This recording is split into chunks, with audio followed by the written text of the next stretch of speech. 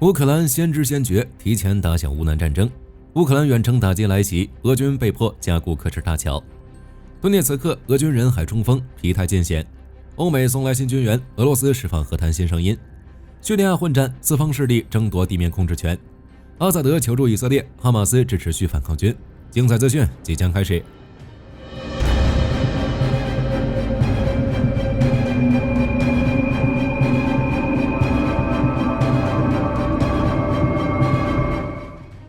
此前 ，ABC 新闻援引消息人士的话报道称，俄军将在12月5日前后对扎波罗热的乌克兰控制区发动新一轮攻势。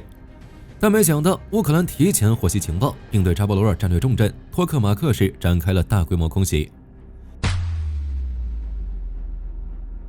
据开源情报报道，乌克兰针对托克马克市的俄军基地进行了大规模无人机空袭。报道称，俄军防空系统虽然彻夜处于高度活跃状态，但仍未做到全部拦截。俄军基地内的一个加油站被击中，引发大规模火灾。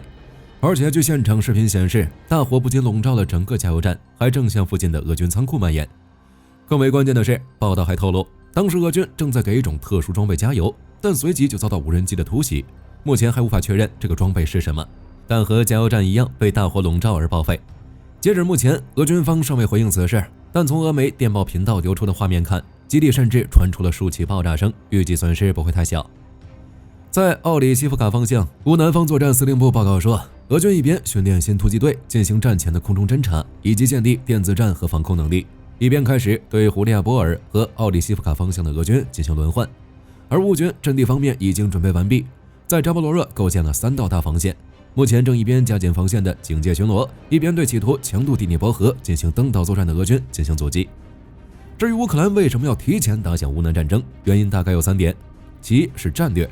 乌克兰想趁着俄军还没准备好，打俄军一个措手不及。其二呢是能源，扎波罗热位于乌克兰东南部，是顿巴斯工业区的一部分，一直都是乌克兰重要的交通枢纽和工业中心，更何况这里还有一座大型核电站。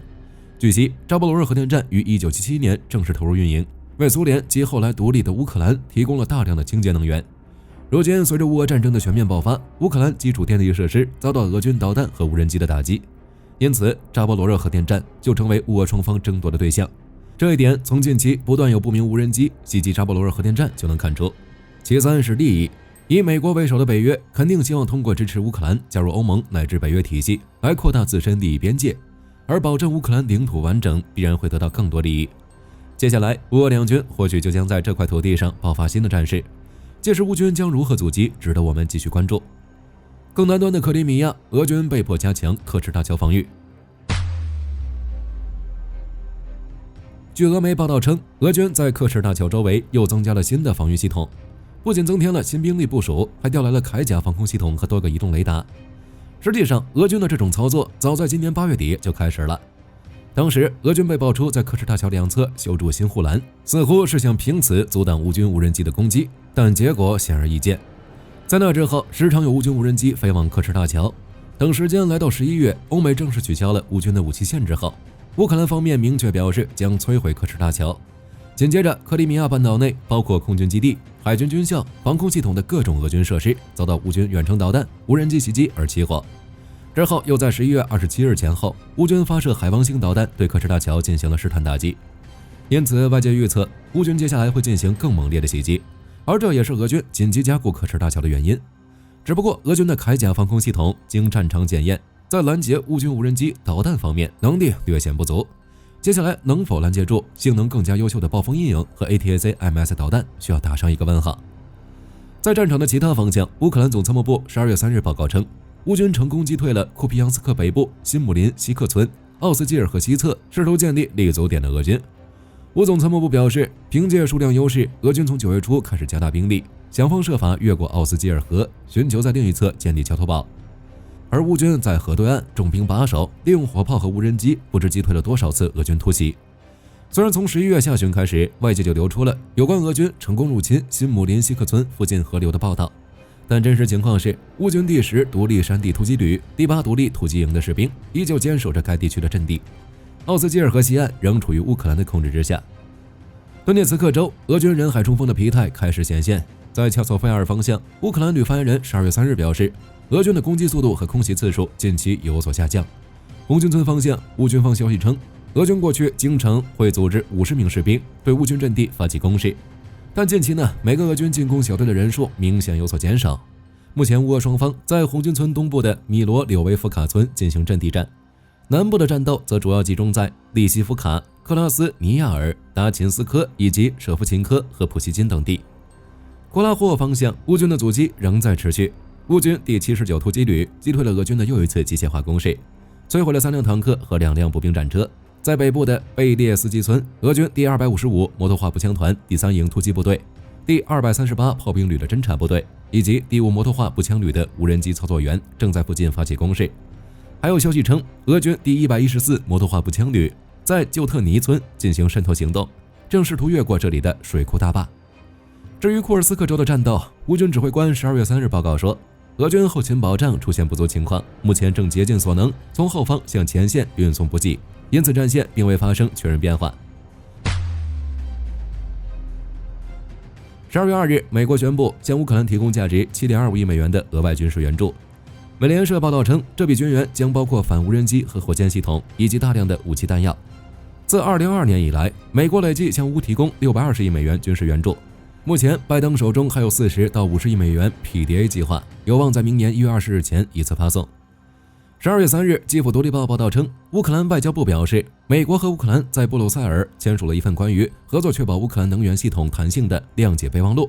该文件由乌克兰外交部长安德里希比哈和美国国务卿安东尼布林肯在北约外长会期间签署，其中包括总额高达8.25亿美元的美国援助。自俄罗斯全面战争开始以来，乌克兰的能源系统一再成为攻击目标。早些时候的袭击摧毁了燃煤、石油和水力发电厂，使剩余的核设施对该国的电力供应至关重要。据该部称，该备忘录旨在恢复乌克兰的关键基础设施，引入分布式发电，改革能源部门，并促进战后向低碳、有竞争力和欧洲一体化经济的过渡。此外，在该消息发布之际，希比哈部长还呼吁北约合作伙伴提供至少20套防空系统，避免因俄军空袭导致停电。与此同时，天空新闻发布重磅报道称，如果之后的美国不再支持乌克兰，那么一些欧洲国家可能会直接介入乌俄战争。如火力军此前提到的英国、法国就正在考虑向乌克兰部署军队。英国首相斯塔默更是再次强调欧美继续支持乌克兰的重要性，并警告称，若是俄罗斯在乌克兰获胜，将直接威胁欧洲的安全。北约秘书长吕特也表示，如果乌克兰被迫签署糟糕的和平协议，那么美国将面临严重威胁。此外，挪威方面决定派出 F-35战机保护囤有援乌物资的热舒夫机场。波兰则表示还会继续提供新的军援，包括转让全部的米格29战机。俄罗斯释放愿意接受和平计划的声音，其外长拉夫罗夫在会见匈牙利外长西亚尔多时声称，俄方愿意考虑和接受和平计划。虽然他并未透露和谈的具体细节，没有表明会在什么情况下接受什么样的和平方案，但可以肯定，俄罗斯能接受的和平计划绝不是目前外界流传的版本。而且有俄媒报道称，俄罗斯已经开始讨论胜利叙事以及民众对从特别军事行动归来的退伍士兵的看法。显然，俄罗斯认为随着特朗普上台，俄罗斯会获得不错的条件，因此开始为结束战争做准备。乌克兰方面12月3日，基辅独立报援引乌外交部长声明，乌克兰拒绝接受替代性北约成员国身份的保证。该声明表示，乌克兰牢记布达佩斯备忘录，因此加入北约是唯一真正安全且有威慑力的方法。乌克兰绝不会同意任何替代性措施。泽连斯基也发表了类似的看法，他呼吁北约采取具体措施，促使乌克兰加入北约，以反击俄罗斯，维护全球安全。叙利亚情势巨变，目前主要有4方势力正在争夺叙利亚地面控制权。一是叙利亚政府军，控制着叙利亚绝大多数领土；二是库尔德武装，控制着叙利亚东部的部分地区；三是沙姆解放组织，也是这次叙利亚战火的主导者；四是叙利亚反抗军，控制着叙利亚北部的部分地区。此前，阿萨德有俄罗斯、伊朗真主党支持，勉强可以和其余联合武装周旋。如今，随着俄罗斯深陷乌克兰战争，伊朗被以色列打击后战力削弱，真主党更是损失严重。此时，反抗军趁机猛攻，阿萨德确实有点顶不住了。目前来看，反抗军还在持续推进，其中一支部队已占领了哈马省的西北重镇卡纳兹。更有报道称，阿萨德已撤离了哈马市，退往了霍姆斯。不过，该消息有待进一步验证。在推进期间，反抗军缴获了大量的俄军装备，包括4架米格23战机，外加数辆 T90A 主战坦克等。此此外，反抗军针对阿萨德将领的特别行动也取得了显著效果。例如，阿萨德老虎部队的负责人苏海尔哈桑被曝遇袭受伤，而他则是阿萨德唯一一支特种部队的指挥官。有鉴于此，诸多阿萨德将领人心惶惶。另一方面，阿萨德方面的援军远没有想象中的那么强大。在美军袭击伊拉克什叶派武装后，该组织已表示不会进入叙利亚，只会维持边界秩序，这就等于阿萨德的援军又少了。当然，也不排除该武装只是暂时认怂，后续仍会潜入作战。而库尔德武装目前也仅是在保卫自己的区域，暂时没有和反抗军正面冲突的迹象。最有趣的是，俄罗斯先前还表示，在叙利亚部署的军舰可能会参与到作战中，例如俄军在叙利亚塔尔图斯基地驻扎有5艘军舰和1艘潜艇。但据 NEXTA 报道，在反抗军相继占领多个俄军基地后，1艘辅助舰艇率先进行了撤离，其他舰艇也陆续进行了撤离。由此可以看出，俄罗斯如今深陷泥潭，恐自身难保，对叙利亚的支援也只是象征性援助，实际支援可能更少。至于真主党伊朗就更不用说，以色列对其虎视眈眈，不太可能会让其有机会给予阿萨德重大支持。因此，就目前而言，阿萨德面对反抗军完全属于一面倒。迫于情势危急，阿萨德突然选择了另一种解法，准备向以色列求助。根据媒体报道，阿萨德准备向以色列求助，并给出了相当诱人的条件，即只要以色列帮助阿萨德打击反抗军，阿萨德就会把伊朗势力赶出叙利亚。需要注意的是，土耳其和以色列的关系一直不好，如果反抗军获胜，对以色列来说也不是好消息。因此，即便以色列最终选择增援阿萨德，那也是情理之中的事。但很显然，以色列也有自己的打算，目前并没有直接表明立场，只是空袭了叙利亚的阿克拉巴一带，清除了真主党下属组织的一位将领。此外，有媒体援引消息人士的话称，由于反抗军的这一轮攻势暴露了阿萨德和伊朗联盟的弱点，美国和阿联酋目前正在讨论解除对阿萨德制裁的可能性，前提是阿萨德要与伊朗保持距离，并关闭向真主党供应武器的渠道。另一方面，以自身难保的哈马斯却公开表示支持叙利亚反抗军。据耶路撒冷邮报报道，哈马斯的一名高级官员塔拉勒·纳塞尔在电视中进行了公开表态，哈马斯向叙利亚的反抗军致敬，将会一直支援他们。在此之前，哈马斯和阿萨德有同样的立场，即共同反对以色列，但哈马斯此举等同于站在了阿萨德的对立面。实际上，中东形势极其复杂，各方之间相互敌对，又各自结盟的事常常发生，根本不存在长期的稳固联盟。甚至在某些时候，这些联盟内部的矛盾可能要比和以色列的隔阂还要大。例如沙特、约旦这样的阿拉伯国家和以色列的关系就明显好过伊朗，因此哈马斯选择支持反抗军其实也并不让人意外。不过在以色列的强力打击下，该组织大概率给不了实质性的援助，顶多算是一种表明立场的声援。与此同时，特朗普也给哈马斯下了最后通牒。在最新的声明中，特朗普重申，如果在明年1月20号前，哈马斯仍未释放以色列被扣押人员，那么将遭受惨痛代价。显而易见，特朗普在中东问题上要比拜登更加强硬。此外，分析人士认为，特朗普上述言论不仅仅是说给哈马斯听的，更像是在喊话其背后的伊朗。另一方面，以军以计划的加沙建立基地，试图全面击溃哈马斯。据《纽约时报》报道，通过卫星图像分析，以军已在内特扎里姆走廊及周边地区秘密建立了数十个军事基地。这条原本仅约6.4公里的狭长地带，如今已扩大到北至加沙市扎伊通区，南至加沙河谷，总覆盖面积已达47平方公里土地。另据卫星图像显示，自去年10月对哈马斯开战以来，以军已在加沙地带建造了19个大型军事基地和数十个小型据点。这些基地大多由筑墙维护，并没有通讯塔、装甲车、停车位等设施。很显然，以军在此修建基地的目的就是为了扫荡哈马斯。此外，以色列高层人士对加沙地带的态度也愈加耐人寻味。例如，以色列住房和建设部长戈德科诺夫亲自视察了加萨走廊，又或是财政部长斯莫特里奇曾主张以色列应占领加沙。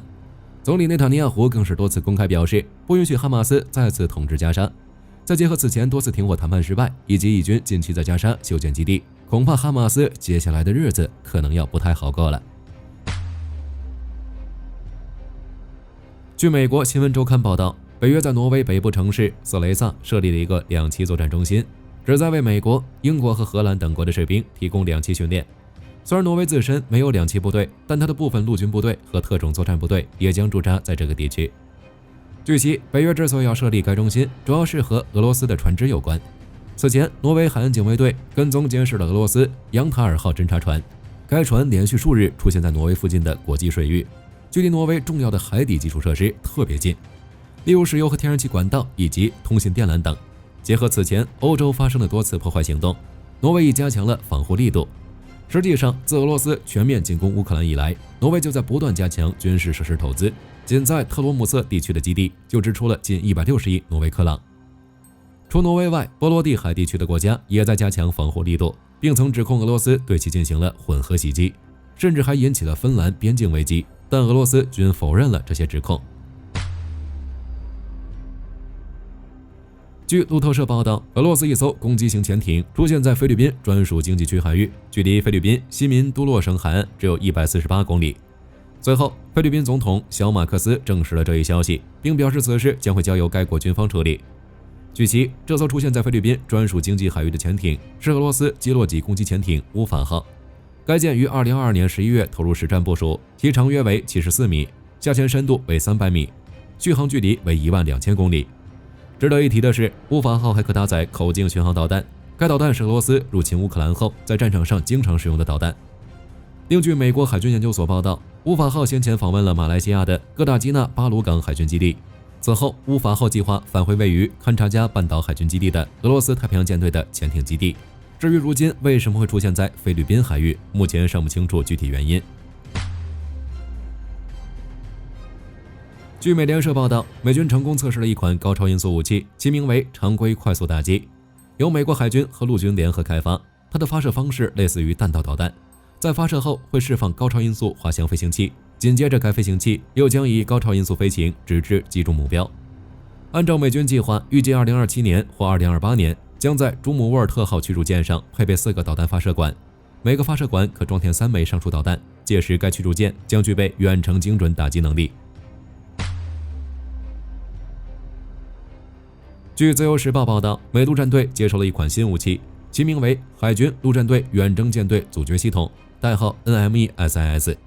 其改装的联合轻型战术轮车为载台，搭载有 MK41 垂直发射系统，可发射陆基版的战斧巡航导弹，也整合有海军打击导弹，并具备隐身和掠海飞行能力，可精准打击各式舰艇。此外 ，NME-SIS 的关键优势在于其高度机动性和灵活部署能力。例如，该系统发射器可快速重新部署，亦或是其还整合有海军、空军和太空联合情报，可在多域作战中提供关键的远程打击。目前，该系统已部署于第3陆战队滨海作战团，该作战团驻扎于夏威夷欧胡岛，专精于两栖和滨海作战。预计在部署完 NME-SIS 后，其整体战力已得到大幅提升。据英国国防部声明，一架台风战机在瑞典境内成功试射了一枚新型巡航导弹，代号为 SPAR。该导弹由 MBDA 公司研发，其采用了射频图像技术，能够让攻击目标立体式地呈现在导弹的制导系统中，并能对目标进行真伪识别，还可与风暴之影导弹搭配使用，从而提升打击的成功率。另外，由于该导弹的射程只有100公里，因此其未来将搭载于 F-35B 战机上。该战机具备优异的隐身性能，即便在100公里范围内，敌方的防空系统也轻易无法侦测到。再加上每架战机8枚的携弹量，可有效打击敌方各种装甲车辆和舰船等设施。据路透社报道，自乌俄战争爆发以来，波罗的海地区超过40条海底电缆以及天然气输送管道中，至少也有3条遭到人为破坏。对此，北约展开了为期12天的联演，共动员了30艘舰艇，超过4000名兵力，旨在维护水下资产、航道安全等事项。据韩联社报道，韩国正在执行一项直板无人机计划，预计明年初，该国无人机作战司令部将接收超过100架直板无人机。这些无人机会率先执行侦察任务，待后续技术成熟，会逐步发展具备杀伤效果的自爆式直板无人机。据悉，直板无人机由瓦楞纸制作，制造成本极低，几乎无法被雷达捕捉，具有超高的性价比。且在乌俄战场上，乌克兰已多次利用直板无人机对俄军进行战术打击，其经济性和作战能力均已得到验证。好了，本期节目到这里就结束了。大家对乌克兰南部战场和叙利亚混战有什么要补充的，欢迎在评论区留言讨论。我是火力军，下期再见。